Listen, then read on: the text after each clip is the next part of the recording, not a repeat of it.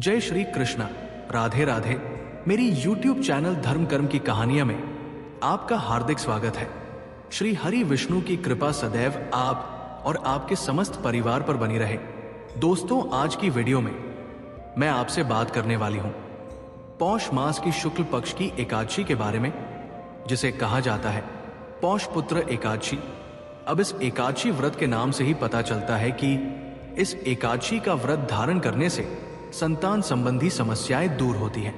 और हाँ, पुत्रदा अर्थात पुत्र देने वाली एकादशी, तो इस व्रत को धारण करने से संतान प्राप्ति की कामना हो तो पूर्ण होती है। पौष पुत्रदा एकादशी का व्रत धारण करने से किसी भी प्रकार की परेशानी आपके जीवन में हो, चाहे आप गृह दोषों से परेशान हो या फिर पितृ दोष संबंधी समस्याएं आ रही हैं, जीवन में किसी भी प्रकार की बाधा हो, उससे मुक्ति मिल जाती है। सभी प्रकार के पापों से मुक्ति मिल जाती है, दोषों से मुक्ति मिल जाती है। इसलिए जो भी हम कामना रखकर ये व्रत धारण करते हैं, हमारी वह कामना निश्चित ही पूर्ण होती है और समस्त प्रकार के कष्टों से छुटकारा मिल जाता है।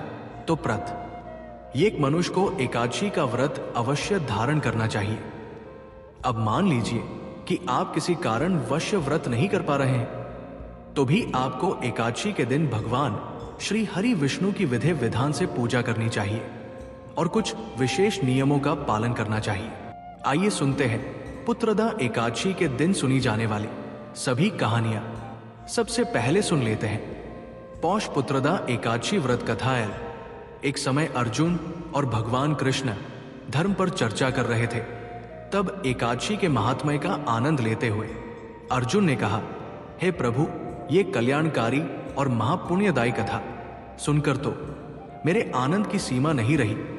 मेरी तो जिज्ञासा बढ़ती ही जा रही है। हे कमल नयन, अब आप मुझसे पौष माह के शुक्ल पक्ष की एकादशी की कथा सुनाने की कृपा करें। इस एकादशी का क्या नाम है? इसके व्रत का क्या विधान है? इस एकादशी में किस देवता का पूजन किया जाता है और इस एकादशी का व्रत करने से किस फल की प्राप्ति होती है, ये भी मुझे विस्तार से बताएं। भगवान कृष्ण ने कहा, हे अर्जुन, तुमने बहुत ही अच्छा प्रश्न किया है। पौष महीने के शुक्ल पक्ष की एकादशी को पुत्रदा एकादशी के नाम से जाना जाता है। इस एकादशी की कथा को सुनने मात्र से अनंत यज्ञ के फल की प्राप्ति होती है। द्वापर युग के आरंभ में चंपावती नाम की एक नगरी थी। उस नगरी में सूर्य भानु नाम का एक राजा राज्य करता था।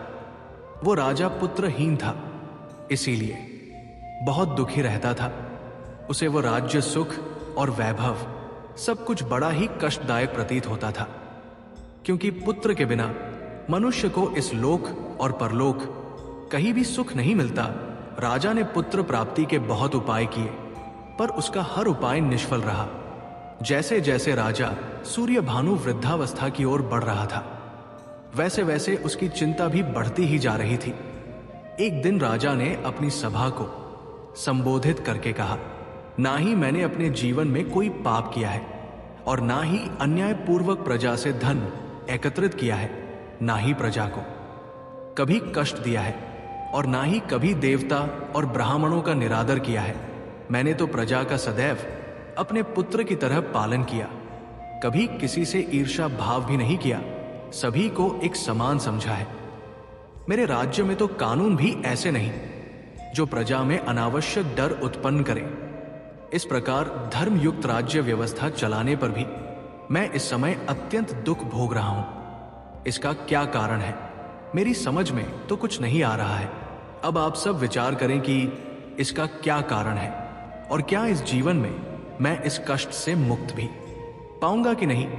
राजा को इस प्रकार दुखी देखकर उनके कष्ट के निवारण के लिए सभी मंत्री आदि वन में गए, ताकि वहां जाकर किसी ऋषि मुनि को राजा का दुख बताकर कोई समाधान प्राप्त कर सके।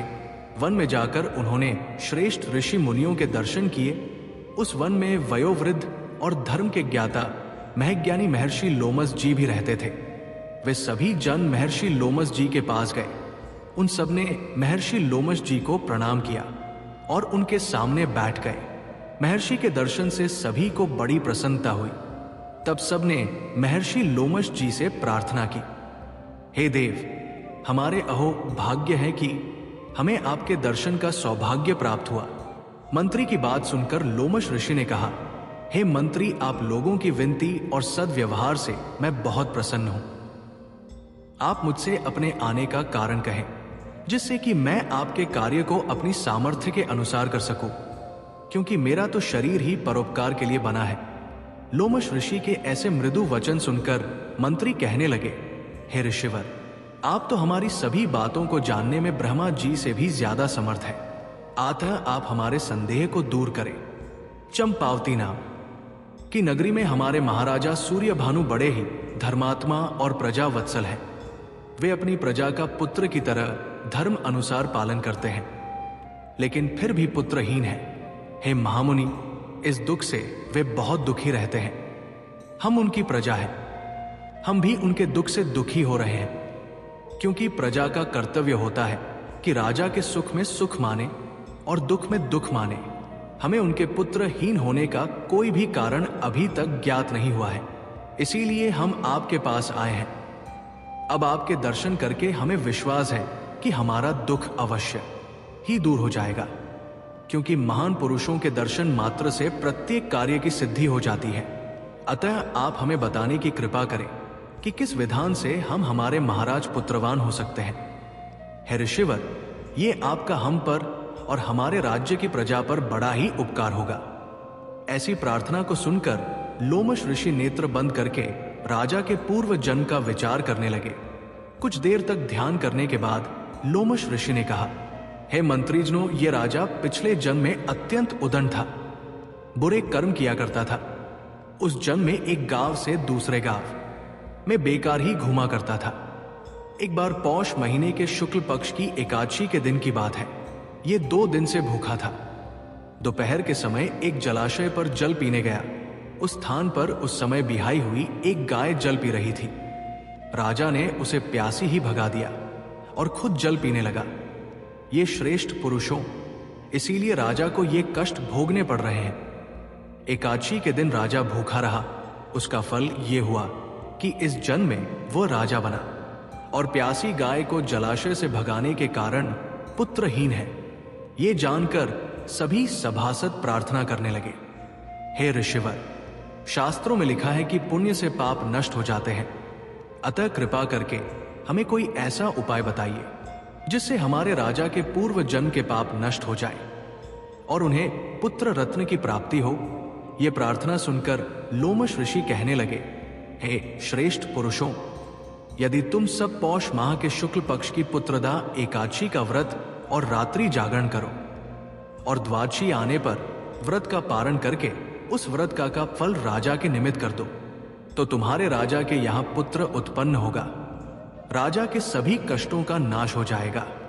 इस उपाय को जानकर मंत्री सहित सभी ने मैं ऋषि लोमश जी को कोटि कोटि धन्यवाद दिया। उनका आशीर्वाद लेकर अपने राज्य में लौट आए। उसके बाद उन्होंने लोमश ऋषि की आज्ञा के अनुसार पुत्रदा एकादशी आने पर एकादशी का विधान पूर्वक उपवास किया और द्वादशी तिथि में उसका फल राजा को दे दिया। इस पुण्य के प्रभाव से रानी ने गर्भ धारण किया और 9 माह के पश्चात एक अत्यंत तेजस्वी पुत्र को जन्म दिया। भगवान कृष्ण कहते हैं, हे पार्थ, इसीलिए इस एकादशी का नाम पुत्रदा एकादशी पड़ गया। पुत्र की इच्छा रखने वाले मनुष्य को विधान पूर्वक पौष माह के शुक्ल पक्ष की एकादशी का व्रत रखना चाहिए।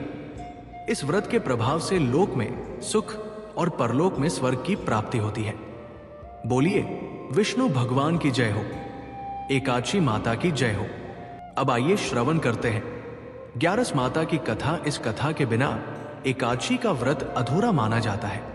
एक बार की बात है, एक राज्य में एक राजा रहा करता था। राजा बहुत ही बुद्धिमान और बलशाली था।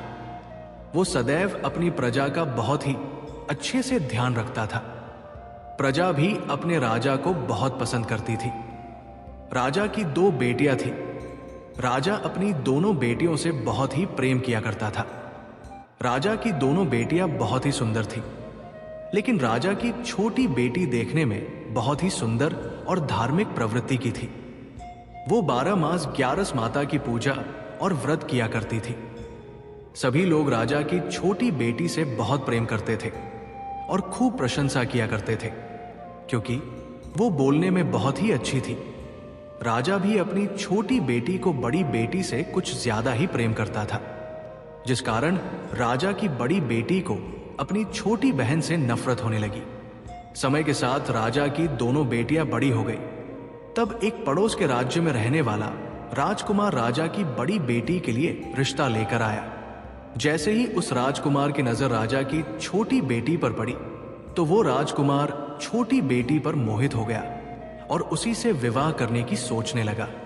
उस राजकुमार ने राजा की बड़ी बेटी के साथ विवाह करने से मना कर दिया और राजा से कहा कि आप बुरा ना मानो तो मैं आपकी छोटी बेटी से विवाह करना चाहता हूं।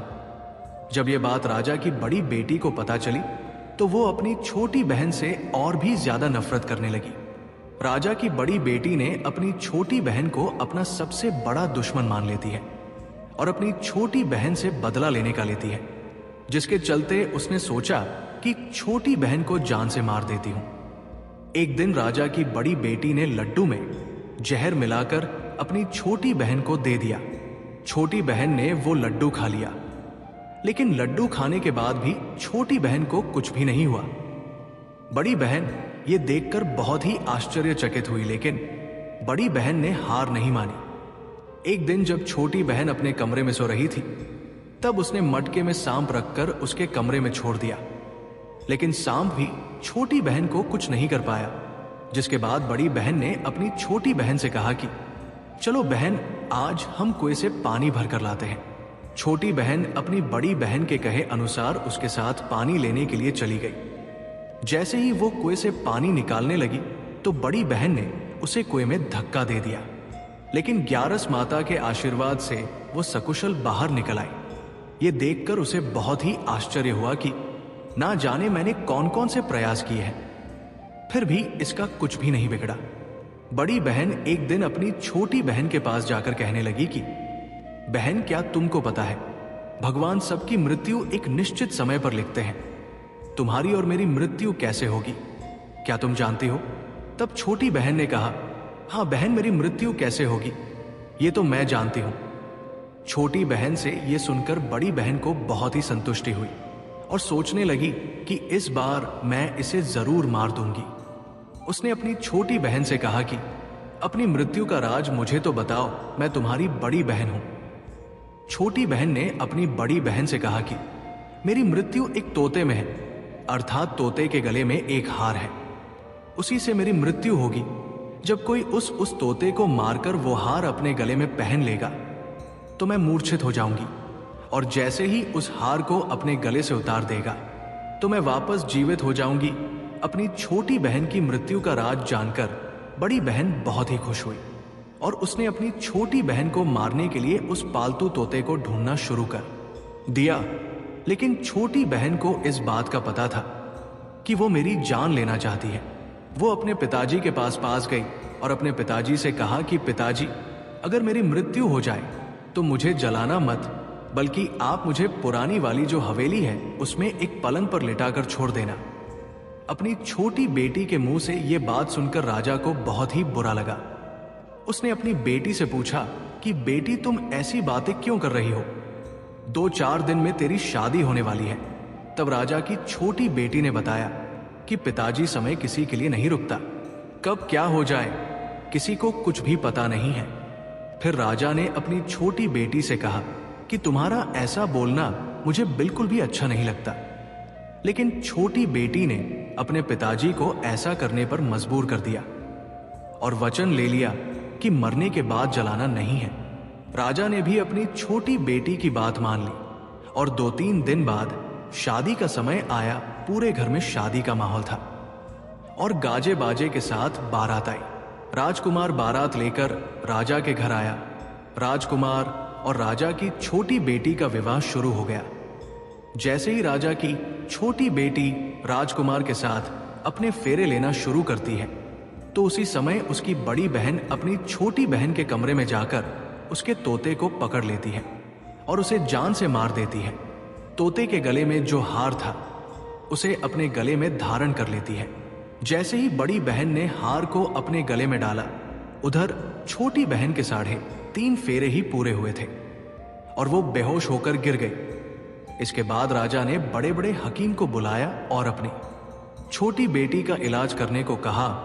राजा ने कहा, कोई मेरी बेटी का इलाज कर दो। जो मेरी बेटी को ठीक करेगा उसे मुंह मांगा इनाम दिया जाएगा। राजा की बात सुनकर वैद्य ने जब छोटी बेटी को देखा तो राजा को बताया कि आपकी छोटी बेटी ना तो जीवित है और ना ही मरी हुई है। मैं मेरे जीवन में ऐसा पहली बार देख रहा हूं। राजा ने वैद्य और हकीम को कह दिया कि यह बात बाहर किसी को मत बताना। अगर तुमने ये बात और किसी को बताई तो हम तुम्हें फांसी की सजा देंगे। राजा ने अपनी छोटी बेटी को पुराने महल में ले जाकर एक पलंग पर लेटा दिया। वहां पर कुछ सैनिकों को तैनात कर दिया और स्वयं महल पर आ गया। राजा की बड़ी बेटी अपने पिताजी के पास गई और कहने लगी कि पिताजी, अगर ये शादी संपन्न नहीं हुई तो आपकी इज्जत का क्या होगा? अगर आप कहो तो मैं आपकी इज्जत बचाने के लिए राजकुमार से शादी करने के लिए तैयार हूं। राजा ने अपनी बड़ी बेटी की बात मानकर छोटी बेटी के कपड़े बड़ी बेटी को पहनने को दिलवा दिए और मंडप पर भेज दिया। लेकिन राजकुमार ये जान गया था कि ये राजा की छोटी बेटी नहीं है। उसने शादी करने से मना कर दिया। लेकिन वहां पर आए सारे लोगों ने राजकुमार को शादी करने के लिए विवश कर दिया और राजा की बड़ी बेटी से उस राजकुमार की शादी करवा दी। बचे हुए 3.5 फेरे बड़ी बेटी के साथ दिलवा दिए गए। उसके बाद राजकुमार राजा की बड़ी बेटी को अपने महल ले गया। राजकुमार राजा की बड़ी बेटी से ना तो बात करता था और ना ही उसे पसंद करता था और ना ही उसके कमरे में जाता था। राजकुमार ने यह फैसला ले लिया कि मैं राजा की छोटी बेटी को ढूंढ कर ही रहूंगा। वो रात दिन उसे ढूंढता हुआ इधर उधर घूमने लगा।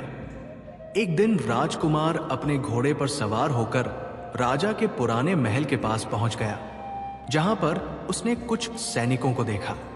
महल के पास पहुंचकर राजकुमार ने जब महल को ध्यान से देखा तो वो समझ गया कि ये मेरे ससुर का पुराना महल है। तब राजकुमार ने सैनिकों से पूछा कि तुम लोग यहां पर क्या कर रहे हो और इस महल के अंदर उस पलंग पर कौन लेटा है? तो सैनिकों ने बताया कि यहां पर राजा की छोटी बेटी लेटी है। यह सुनकर राजकुमार बहुत ही खुश हुआ और तुरंत उससे मिलने के लिए अंदर चला गया। लेकिन अंदर जाकर देखा तो वो तो बिल्कुल बेहोश थी। राजकुमार उसकी सेवा करने लगा। जैसे ही रात हुई, राजा की छोटी बेटी उठकर बैठ गई। राजकुमार ये देखकर बहुत ही खुश हुआ और उससे पूछने लगा कि तुम यहां पर क्या कर रही हो? ऐसे बीच फेरों से गायब होकर यहां पर क्यों चली आई? तुम मेरे साथ चलो। राजा की छोटी बेटी ने राजकुमार को सारी बात बता दी कि मेरी जान एक तोते में बसी थी और ये बात मैंने अपनी बड़ी बहन को बता दी थी। मुझे पता है कि उसी ने मुझे मारने का प्रयास किया है। उसके पास एक हार है जिसको वो सुबह पहन लेती है और रात को उतार कर रख देती है। जब तक वो हार को पहने रखती है तब तक मैं मूर्छित रहती हूँ और जैसे ही वो हार को उतार देती है तो मैं जीवित हो जाती हूँ। और जब तक मेरी बड़ी बहन के पास वो हार है तब तक मैं ऐसे ही जीवित और मूर्छित होती रहूंगी। अगर मेरी बड़ी बहन के पास जो हार है वो मेरे हाथ आ जाए तो मैं हमेशा के लिए जीवित हो जाऊंगी। राजकुमार ये बात सुनकर राजा की छोटी बेटी के पास रहने का निर्णय ले लिया और बचे हुए फेरे लेकर अपने विवाह को भी पूरा कर लिया और वहीं पर रहने लगा। ऐसे करते करते काफी समय बीत गया। राजा की छोटी बेटी गर्भवती हो गई। एक दिन राजकुमार को किसी काम से बाहर जाना पड़ा तो पीछे से राजा की छोटी बेटी के पेट में बहुत जोरों से दर्द होने लगा। उसने उस समय ग्यारस माता का आह्वान किया, जिसके बाद ग्यारस माता वहां पर प्रकट हुई और उन्होंने उसके दर्द को दूर किया। एक सुंदर पुत्र को उसने जन्म दिया। जब आधी रात को राजकुमार बाहर से आया तो उसने ग्यारस माता को देखा तो वो बहुत ही आश्चर्यचकित हुआ। उसने तुरंत माता को प्रणाम किया। ग्यारस माता ने राजकुमार से कहा कि जब तुम्हारा बेटा 5 वर्ष का हो जाए तो तुम अपनी पत्नी का हार लाकर इसके गले में डाल देना, जिससे ये हमेशा के लिए जीवित हो जाएगी। समय के चलते राजकुमार का बेटा 5 साल का हो गया। एक दिन राजकुमार को फिर किसी काम से बाहर जाना पड़ा। उसने अपने बेटे से कहा, तुम अपनी माता का ध्यान रखना और मैं शाम तक लौट आऊंगा। जैसे ही राजकुमार वहां से बाहर निकला तो बड़ी बहन के सैनिकों ने उसे देख लिया और बड़ी बहन को जाकर सारी बात बता दी। जिसके बाद बड़ी बहन अपनी छोटी बहन के पुत्र को वहां से उठवा लिया और उसे मरवा दिया। उसके 2 टुकड़े करवाए। पहले टुकड़े को चक्की के पास छुपा दिया और दूसरा टुकड़ा अपने पलंग के नीचे रख लिया। यह देखकर ग्यारस माता ने भिखारी का रूप धारण किया और उसके घर आ गई भिक्षा मांगने लगी। तो बड़ी बहन ने अपने नौकरों से कहा कि जाओ भिखारी को भिक्षा दे दो। लेकिन जैसे ही नौकर ग्यारस माता को भिक्षा देने के लिए जाता है तो माता उन्हें मना कर देती है और कहती है कि मैं तुम्हारी रानी से ही भिक्षा लूंगी। नौकरों ने अंदर जाकर कहा, रानी वो हमसे भिक्षा नहीं ले रही है, बोल रही है कि मैं रानी से भिक्षा लूंगी। जब बड़ी बहन स्वयं भिक्षा देने के लिए भिखारन बनी ग्यारस माता के पास आती है, उससे पहले ही माता एक बिल्ली का रूप बनाकर उसके कमरे में चली जाती है। वहां पर जो छोटी बेटी के पुत्र का एक टुकड़ा था वो उठा लेती है और दूसरा चक्की के पास से उठाकर जीवित कर देती है और वहां से लेकर चली जाती है और राजकुमार को सारी बात बताकर उन्हें उसका बेटा सौंप देती है। राजकुमार अपने बेटे को लेकर उस बड़ी बहन के पास जाता है और उसे कहता है कि इस बच्चे का अच्छे से ध्यान रखना है। अगर तुम इस बच्चे का अच्छे से ध्यान रखोगी तो ही मैं तुमसे बात करूंगा, वरना मैं यहां से चला जाऊंगा। एक दिन राजकुमार ने अपने बच्चे से कहा कि तुम ऐसा करो, तुम्हारी मां के गले का वो हार मांग लो, तुम्हारी जिद की वजह से वो तुम्हें दे देगी। अपने पिताजी के कहे अनुसार लड़का अपनी बड़ी मां के पास जाकर कहता है कि मां, मुझे तुम्हारे गले का हार चाहिए। यह सुनकर उसकी मां को पहले तो बहुत गुस्सा आता है, पर उसको याद आता है कि राजकुमार ने कहा है कि अगर मैं इस बच्चे का अच्छे से ध्यान रखूंगी तो ही वह मुझसे बात करेंगे। वो सोचती है कि छोटी बहन अब तक तो मर गई होगी, उसे जला भी दिया होगा, अब कौन सी जिंदा होने वाली है। यही सोचकर वो हार को निकालकर उस बच्चे को दे देती है। वो बच्चा उस हार को ले जाकर अपने पिताजी को दे देता है। तो राजकुमार अपने बेटे और उस हार को लेकर वहां से चला जाता है और जाते हुए कहकर जाता है कि तुम हमारे लिए खाना बनाकर तैयार रखना, मैं शाम को आकर तुम्हारे साथ ही खाना खाऊंगा। ये कहकर अपने बेटे को लेकर वहां से सीधा राजा के पास जाता है और राजा को सारी बात बता देता है। राजा अपनी बड़ी बेटी की ये करतूत सुनकर बहुत ही क्रोधित होते हैं और अपनी परवरिश को दोष देने लगते हैं। राजा राजकुमार को अपनी छोटी बेटी के साथ रहने का आदेश देते हैं। राजकुमार वो हार लेकर छोटी रानी के पास जाता है और उसके गले में वो हार डाल देता है, जिससे वो जीवित हो जाती है। दोनों बहुत ही खुश होते हैं। राजकुमार अपने बेटे और अपनी पत्नी को लेकर अपने राज्य में चला जाता है। इस तरह एकादशी व्रत के प्रभाव से राजा की छोटी बेटी को अपने जीवन में आई तमाम मुसीबतों से छुटकारा मिलता है। बोलिए जय श्री हरि विष्णु, जय माता लक्ष्मी। अब हम सुनेंगे एकादशी के दिन सुनी जाने वाली श्री शालिग्राम जी की पुण्य फल प्रदान करने वाली कथा। एक कसाई था सदना, वो बहुत ईमानदार था। वो भगवान के नाम और कीर्तन में मस्त रहता था, यहां तक कि मांस को काटते बेचते हुए भी वो भगवान नाम गुनगुनाता रहता था। एक दिन वो अपनी ही धुन में कही जा रहा था कि उसके पैर से कोई पत्थर टकराया। वो रुक गया और उसने देखा एक काले रंग के गोल पत्थर से उसका पैर टकरा गया है। उसने वो पत्थर उठा लिया और अपनी जेब में रख लिया, ये सोचकर कि ये मांस तोलने के काम आएगा। वापस आकर उसने वो पत्थर मांस के वजन को तोलने के काम में लगाया। कुछ ही दिनों में उसने समझ लिया कि ये पत्थर कोई साधारण नहीं है, क्योंकि जितना वजन उसको तोलना होता पत्थर उतने वजन का ही हो जाता। धीरे धीरे ये बात फैलने लगी कि सदना कसाई के पास वजन करने वाला जो पत्थर है वो जितना चाहता है पत्थर उतना ही तोल देता है। किसी को 1 किलो मांस देना होता तो तराजू में उस पत्थर को एक तरफ डालने पर दूसरी और 1 किलो का मांस ही तुला होता। अगर किसी को 2 किलो चाहिए होता तो वो पत्थर 2 किलो के भार जितना भारी हो जाता। इस चमत्कार के कारण उसके यहां लोगों की भीड़ जुटने लगी। भीड़ जुटने के साथ ही सदना की दुकान की बिक्री भी बढ़ती गई। ये बात एक ब्राह्मण तक भी पहुंची।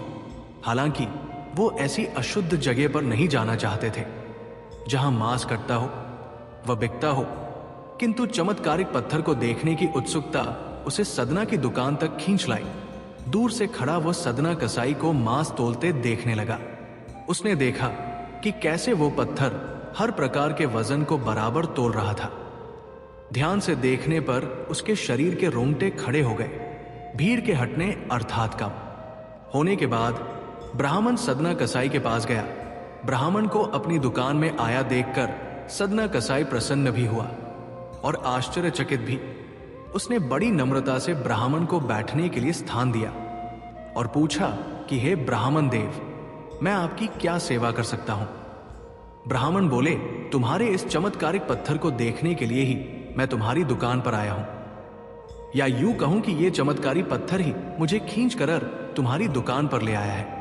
बातों ही बातों में उन्होंने सदना कसाई को बताया कि जिसे पत्थर समझकर वो मांस तोल रहा है, वास्तव में वो शालिग्राम जी है, जो कि भगवान का स्वरूप होता है। शालिग्राम जी को इस तरह गले कटे मांस के बीच में रखना व उनसे मांस तोलना बहुत बड़ा पाप है। सदना बड़ी ही सरल प्रवृत्ति का भक्त था। ब्राह्मण की बात सुनकर उसे लगा कि अनजाने में मैं तो बहुत बड़ा पाप कर रहा हूं। अनन्य विनय करके सदना ने वो शालिग्राम उन ब्राह्मण को दे दिया और कहा कि आप तो ब्राह्मण हैं, आप ही इनकी सेवा करके इन्हें प्रसन्न करें। मेरे योग्य कुछ सेवा हो तो मुझे अवश्य बताएं। ब्राह्मण शालिग्राम जी की शिला को बहुत सम्मान से घर ले आए। घर आकर उन्होंने श्री शालिग्राम जी को स्नान करवाया, पंचामृत से अभिषेक किया व पूजा अर्चना आरंभ कर दी। कुछ दिन बीते थे कि उन ब्राह्मण के स्वप्न में श्री शालिग्राम जी आए और कहा, है ब्राह्मण, मैं तुम्हारी सेवाओं से प्रसन्न हूं, किंतु तुम मुझे उसी कसाई के पास छोड़ आओ। स्वप्न में ही ब्राह्मण ने शालिग्राम भगवान से कारण पूछा तो उत्तर मिला कि तुम मेरी अर्चना पूजा करते हो, मुझे अच्छा लगता है, परंतु जो भक्त मेरे नाम का गुणगान कीर्तन करते रहते हैं उनको मैं अपने आप को भी बेच देता हूं। सदना तुम्हारी तरह मेरी सेवा नहीं करता है, परंतु वो हर समय मेरा नाम गुनगुनाता रहता है, जो कि मुझे बहुत अच्छा लगता है, इसलिए तो मैं उसके पास गया था। ब्राह्मण अगले दिन ही सदना कसाई के पास गया और उनको प्रणाम करके सारी बात बताई। तत्पश्चात श्री शालिग्राम जी को उन्हें सौंप दिया। ब्राह्मण की बात सुनकर सदना कसाई की आंखों में आंसू आ गए। मन ही मन उन्होंने मांस बेचने खरीदने के कार्य को तिलांजलि देने की सोची और निश्चय किया कि यदि मेरे ठाकुर जी को कीर्तन पसंद है तो मैं अधिक से अधिक समय नाम कीर्तन ही करूंगा। बोलो शालिग्राम भगवान की जय। दर्शक मित्रों, एकादशी की कथा बोलते समय अगर मुझसे कोई भूल हो गई हो तो मैं क्षमा चाहता हूं और आशा करता हूं कि आपको यह कथा पसंद आई होगी। अगर आपको यह कथा पसंद आई हो तो वीडियो को एक लाइक करके चैनल को सब्सक्राइब जरूर कीजिएगा और कमेंट बॉक्स में जय श्री हरि विष्णु जरूर लिखिएगा। धन्यवाद। जय श्री कृष्ण। राधे राधे।